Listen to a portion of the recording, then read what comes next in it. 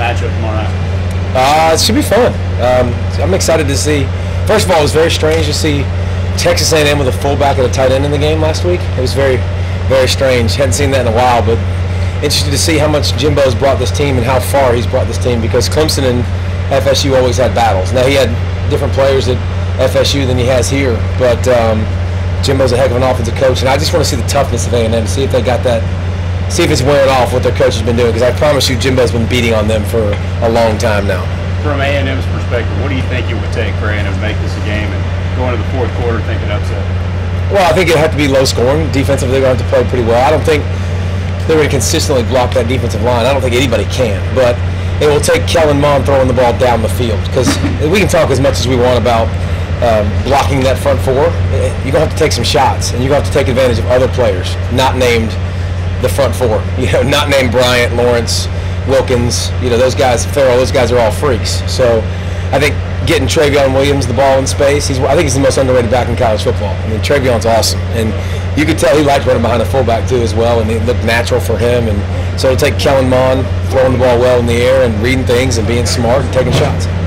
How do you expect Clemson's two-quarterback system to work in this environment?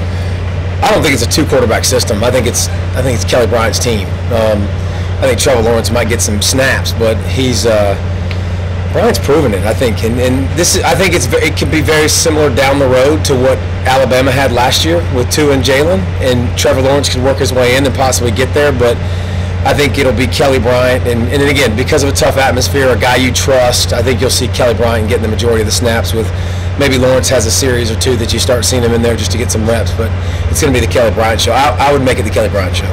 You've been to College Station a couple times the past couple years. What sticks out to you about the town, or what do you have to hit when you come down here?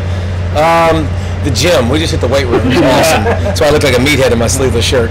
But it's always fun down here. I wouldn't mind not coming early in the season. We always come early in the season when it's Africa hot. But it's always fun. The facilities stand out. The crowd's always awesome, and obviously midnight yell, and it's unique to everywhere in the country.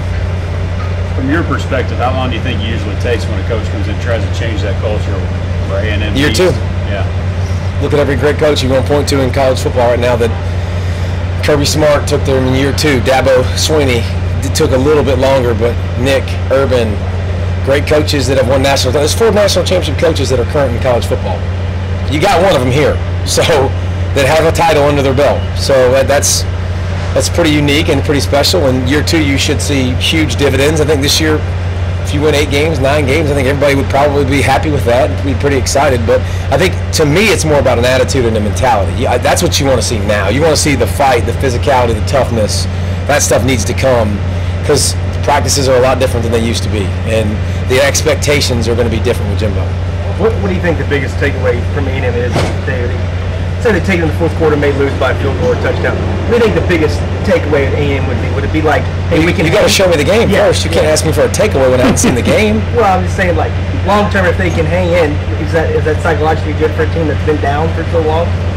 Well, I didn't think they're holding down for so long. I mean, 8 wins. Yeah, 8, 9 wins. A lot of people would say that that's okay for their programs. So I don't think that. Again, it's not about that for me as much as it's about a mentality. I want to see the toughness in the fight. That's what I want to see for 4 quarters, to see if you can accomplish that. But hanging around is good for confidence. And then you come in and you show what the coach is going to do. He's going to come in and show 5 or 6 plays and go, if we did these great, we'd have won the ball game, and we could have beaten one of the best teams in the country. So every little bit, listen, coach, it takes time for players to buy in. It doesn't matter. I know Jimbo's got a ring, and he's got 75 million reasons why he's a good coach, but the bottom line is the players have to see it and believe it. And when you tangibly give them something like that, I think it would be, confidence-wise, it'd be awesome for him. When you think back at all the times that you've watched Jimbo, covered Jimbo, what's the one story or the one thing that comes back to your mind that really epitomizes who Jimbo is as a person and as a coach? I was just with Jimbo in the weight room. Jimbo's different. I mean, he is. You're gonna hear some language around him. That's always coming. But he's just a no-nonsense guy. He's a disciplined guy. He's very.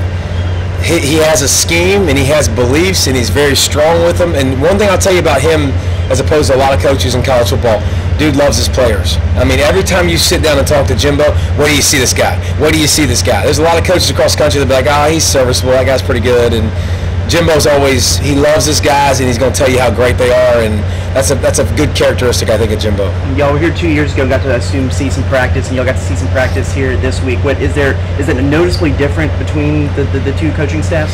When the sun's up, is it different than when the sun's down?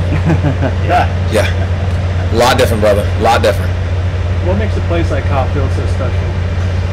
Well, I mean, besides the cadets and that's the obvious, but just besides crazy people in the stands going nuts, that's fun atmosphere and stuff like that. But to me, when I came here for the first time, all the different stuff that they do and the different traditions, I was blown away. I was like, that is super cool. So I think it's definitely unique in that aspect. How big of a game is this for Clemson? Everybody's talking about how big it is for A&M, but for Clemson being the bad start days since he's gotten off to, I would imagine this is a huge game for them.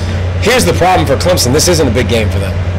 That's the problem, because they've showed you every year that they get a mulligan. I mean, they're good enough where they could still lose this game and be in the playoffs. So I think that's one thing you guys got going for you. Clemson is obviously the marked team. Playoffs, everybody put Clemson and Alabama in their playoffs. Raise your hand included, me included. I mean, I did the same thing. So I think A&M's expectations aren't that. And now when you start talking about wanting to beat the bully, everybody knows who the favorite is. And Clemson, they lost last year to Syracuse. They lost the year before that to Pitt. They're still playing for national titles, but they can't afford to stub their toe. So it means more to A&M, I think. Beautiful. Thank y'all.